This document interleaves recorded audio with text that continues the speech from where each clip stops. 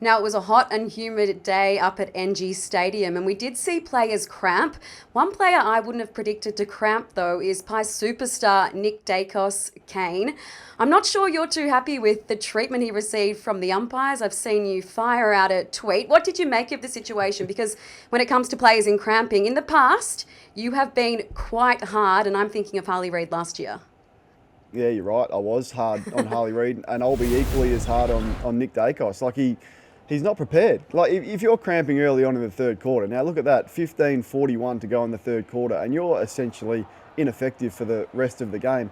That says to me that your preparation hasn't been spot on at all. Now, we're going to get to this later on, but Nick Daicos is the best player in the game. That's where I've got him, but it's unacceptable to be cramping like that with such a long period of time to go in the game. I thought Bedford was unbelievable. He ran into the ground, and I hear coaches say, oh, you can't tag because it affects your team structure. It's the biggest load of rubbish of all time. It's a myth.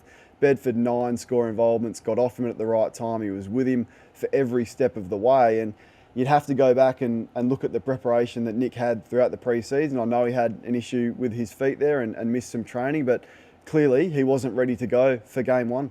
That's the coach's call, though, isn't it? That's in the hands of Craig McRae and not the player.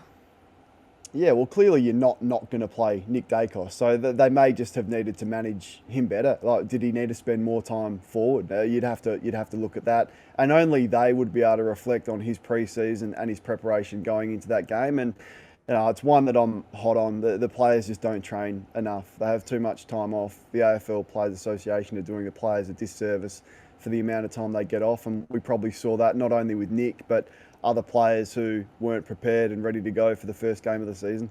See you next week. What's gambling really costing you? For free and confidential support, call the number on the screen or visit the website.